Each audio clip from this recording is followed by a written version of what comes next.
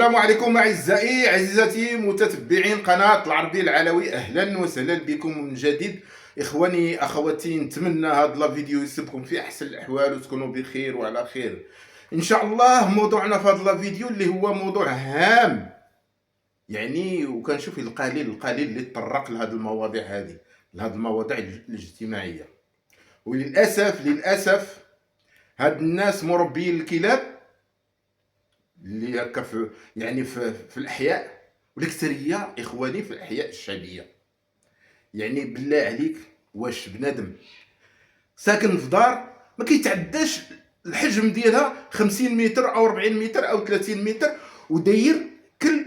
يعني راه خصو فيلا ولا خصو واحد الفيرما اللي يحرسها، ماشي غيحرس محل.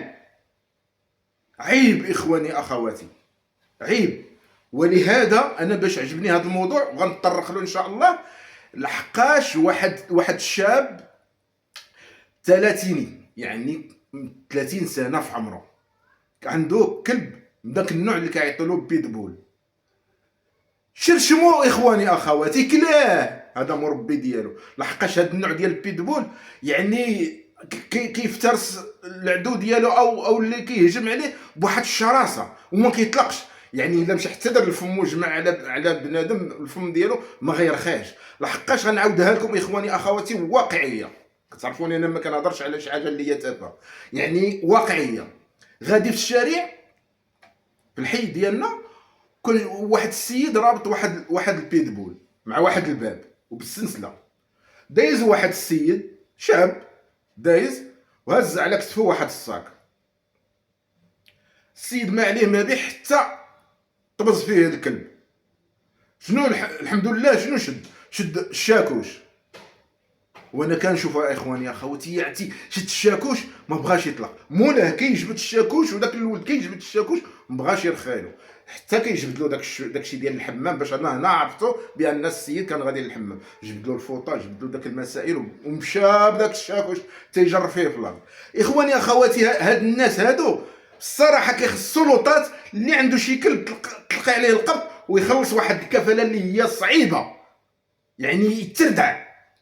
ما يمكنش اخواني اخواتي واحد في وسط الحي مربي جوج الكلاب او كلب، يعني من النوع ديال المفترس. كاينين الشباب تيديروهم لهاد الغايه ولهاد المقصود، باش يعني كيدافعوا عليهم، كيدابزوا مع الدراري. يعني ملي كيجيب هكا الكلب كيطلقوا على بنادم. انا كنشوف هذا الشيء وكنواجهه. ولهذا انا كنشوف بان هاد السيد اللي كلا هاد البيتبول كيعاود. انا غندوز لكم اخواني اخواتي، كلاه كيقول لك هاد صاحب الكلب هذا من نوع هاد البيتبول، كلاه يعني كلا له شي مناطق اللي هي ما خلاش الاثار ديالها، وفجاو الناس يعتقوه لقاه توفى. للاسف توفى شاب 30 سنه في عمره، كلاه الكلب ديالو. ولهذا المسؤول الاول وهي السلطات. لقات عنده كلب في حي شعبي او في حي كيما بغى يكون مملوء بالسكينه، ما يديرش الكلب لما كيديروه الناس الا الحراسه، فيرما او فيلا او شي غرض. هذا علاش كيديروه الناس. ماشي انت ساكن في وسط الدرب ما كيفوتش عيبه الله الدرب 4 متر ديال الاتساع ديالو ديال العرض ديالو، والسكينه من هنا والسكينه من هنا، وانت داير كلب. ماشي معناتها كاع.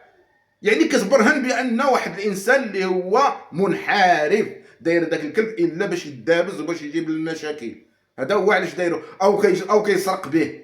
هذا هما اللي انا هاد الناس هادو اللي بالنسبه للاحياء كنشوفهم عندهم الكلاب، هادشي اللي كنوصفهم، اما يسرقوا به واما يدابزوا به. انا كنشوف ملي كتكون عنده شي حساب مع شي واحد تيتم هاز الكلب ديالو غادي كيطلقوا عليه. شحال من واحد طلقوا عليه الكلب ديالو. وبالله عليك دابا انت يا غادي بهذا البيتبول، مرا ما عليها ما بها، عندها وليد في عمره واحد 6 سنين ولا 7 سنين، غادي شاده وهذه وقعت. سمعناها حتى يطير لها على الولد ديالها الكلب ويبقى كياكل فيه. كي جاتك. ولكن المسؤول الاول السلطات والاكثريه وحتى الكلاب الضاله. حنا سميتو كنكونوا غاديين في الشارع والكلاب الضاله غاديه على اليمين على اليسار، ما تعرفوا واش مسعور، ما تعرفوا واش مريض، ما تعرفوا واش غينقل شي فيروس لداك الناس اللي المره اللي غاديه جايه. هادشي راه كيخص الدوله. كنوجهوش انا لشي واحد اخر، كنوجهو للدوله بالاخص. واللي عنده كلب في دارو وماشي ديال الحراسه الا يتعاقب سجنيا غرامه ماليه. شكون هو غيكون فوق القانون؟ كلنا تحت القانون، كلنا سواسيه.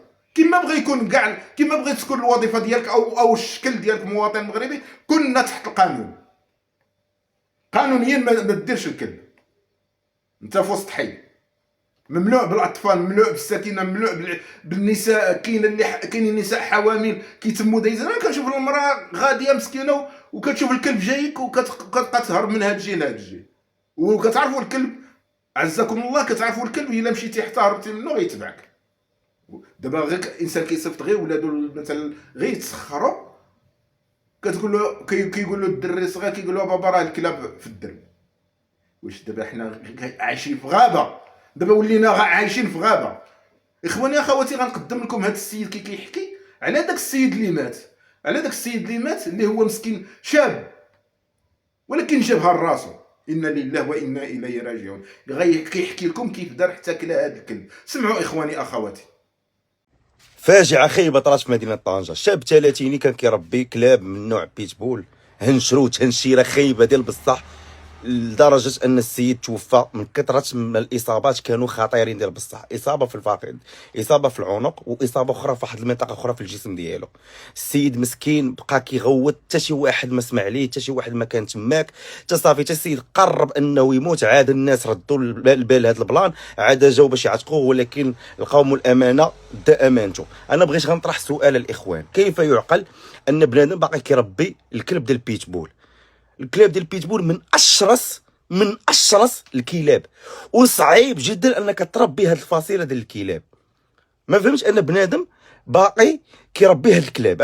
انا شخصيا ما كرهش السلطات ان اي واحد مربي هاد النوعيه ديال الكلاب راه خصو يتحاسب. ودابا انت غتولي تخاف تكون غادي مثلا غير في الزنقه مع والديك ولا مع عائلتك ولا مع ولادك ولا مع الزوجه ديالك، يقدر شي كلب ديال البيتبول ما مدريسيش مزيان ويكون مع مولاه يهرب لي من يديه يمشي يهنشر لك فرد من افراد عائلتك، قد يهنشرك انت نيت. يعني انت كتولي خايف. والقانون راه باين في هاد الامور هادي. اي كلب من شي فصيله اللي كتكون خايبه بزاف ما خصوش يتربى نهائيا. يعني القانون فاصل في هاد الامور. انا كنتمنى من السلطات الامنيه تاخذ اجراءات صارمه في هذا الامر هذا، وما تبقاش تسمح لتربيه هذه النوعيه ديال الكلاب، لان كتشكل واحد الخطر كبير على المواطنين. وكيف ما قلت قبيله، راه كل واحد عنده عائلته، وكل واحد خصو يخاف على عائلته، وخصوصا الوليدات الصغار اللي تقدر مثلا يكون شي وليد صغير ولا بنيه صغيره غاده يقدر شي نوع ديال الكلاب بحال بيتبول ولا شي بيرجي ولا اي كلب اللي كيكون مفترس يقدر اذا شي حاجه يقدر ينهي حياه ديك الطفله ولا الطفل. فدونك خص السلطات الامنيه تشدد في هاد الامور هادي. انتم شو اخواني اخواتي، يعني هذا السيد كيحكي على هذا الشاب هذا اللي مات رحمه الله، هذا ما نقولوا اذكروا امواتكم بالخير، الله يرحمه ويغفر ليه، لحقاش يعني جابها لراسو ولو قدر مكتوب، جابها لراسو. يعني انت ساكن في وسط الساكنه في وسط الحي، عندك كتملك دار او كاري دار، مدخل معاك كلب. يعني حتى على الاطفال ديالك ولا على الجيران ديالك راه ما خصوش يكون في وسطكم داك الكلب هذاك، لحقاش كيخصو يكون في واحد المنزل اللي هو كبير، في واحد الفيرما ولا في واحد الفيلا زعما كبيره باش يحرس. هذا علاش كيديروه الناس؟ ما كيديروش الناس الاغراض ديال الدباز او ديال السرقه. وهاد الناس اللي هما مسؤولين على هذا القانون هذا، على هاد الكلاب الضاله، دابا كنكونوا غاديين في الشارع وكتلقاهم شي على اليمين وشي على اليسار، ولو ما غيعضكش ولا لحقاش راه كيكون ناقل واحد الفيروس ولا واحد المرض فيه، يعني خطير باش انت تدوز حداه وسميتو تقدر تلتقط داك المرض. ولكن هاد الناس اللي هما يعني كيقولوا بان خدامين في هذا المجال ديال الكلاب الضاله، خصكم تخدموا. يعني ما تساينش الشهر يجي واحد 24 26 في الشهر تمشي سميتو توشي واحد المنطقه، خصك تحللها. خدم تحللها. ما تخليش الكلاب الضاله كدور بيناتنا. علاش؟ يعني بحال انا كنقول بالنسبه لهاد الموظفين اللي هما مسؤولين وعطيهم سميتو السيارات باش كيهزوا والله الا كنقول انا غير كيتساراو كيجيبوا النهار ويجيبوا الشهر. يعني ملي كتدخل في شي زنقه كتلقى حاشاكم كلب مجبد، كتلقى كلب ليه مجبد بحال اللي في شي قرنه كتلقاهم مجبدين. وكي غيدير هاد بنادم غيدوز وكي غدير هاد المراه دوز يعني ما كاينش في هذا المجال هذا ديال هاد الكيله بالضاله والله ما كاينش خدمه عندهم الزيرو. ما يمكنش. حنا في وسط المدينه عايشين في سميتو في الغابه، وقيلا الغابه ما فيهاش هاد الكلاب اللي كدور بيناتنا حشومه كاع. الانسان غادي وغادي مهدد، راه ما غادي مهدد غير مع هاد الاثمنه اللي دايره الصاروخ صاروخيه. حنا مهددين خلاص بهاد الاثمنه ديال المواد الغذائيه كلشي مسكين ستريسي وكلشي ما عايش على راحته، لا اللي خدام ولا اللي جالس كلشي ما عايش على راحته حشومه. هذا مجال اخر مثلا نطرقوا له ان شاء الله ديال المواد الغذائيه، وديما كنطرقوا له، ولكن نطرقوا له عاوتاني فيديو ديالو خاص به من سميتو واحد القوس وغنولي نسدو. اجيو اخواني اخواتي غير البيض، ياك البيض علاش هادي شهرين كان كيدير درهم و50. شنو وقع؟ ما كان لا حرب ولا والو، الدنيا هانيه وكل شيء عندنا هنايا، كل شيء كيتكسب سميتو في الكوريات الكبار، كل شيء كاين. وعلاش دابا من درهم و50 ولا الدرهم؟ شنو هو وقع؟ انا عارف شنو وقع. نتوما فهادشي ديال الاسعار، يعني ملي كنشوفوا هبطتهم واحد المنتوج، الا كنشوف الضربه راه جايه في منتوج اخر. ما يمكنش، ماشي غير في منتوج، تتهبط منتوج كتزيدوا في 3 ديال المناتج ولا في 4 ديال سميتو ديال، وكتزيدوا فيهم كتطلعوا لها الاسعار. دابا مطيشه غاليه، البطاطا غاليه، ها الفلفله غاليه، زيد ها خيزو غالي، كلشي غالي، يعني كلشي غادي في السماء. ملي كتبغيو ماشي ما عندكمش ما تفهموش الموازنه، والله ما تفهموها، كتفهموا غير راسكم وشنو غتدخلوا لجيبكم، ما عندكم غرض بالمواطن.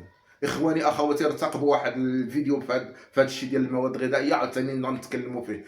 اخواني اخواتي نطلبوا الله سبحانه لا هو لهذاك الشاب بالرحمه والمغفره، ويهدينا حنا بعضياتنا على بعضياتنا باش نكونوا متضامنين وما نبغيوش الضر لواحد اخر. هذا ما غنقول. باش كتلقى انت جارك داير 2 الكلاب في السطح ولا كلب وما عندوش ما عنده حتى شي حاجه، شنو عندك في هذاك السطح؟ ما عنده خاوي، ما عنده والو. انا قلت لكم دايروا اما للدباز ولا للسرقه، ولكن كيخص السلطات هي المعنيه بالامر. اخواني اخواتي نجدوا الرحمه لجميع المسلمين، الله يغفر لنا جميعا وتبارك الله عليكم. والى فيديو اخر ان شاء الله، تحياتي للجميع، السلام عليكم ورحمه الله تعالى وبركاته.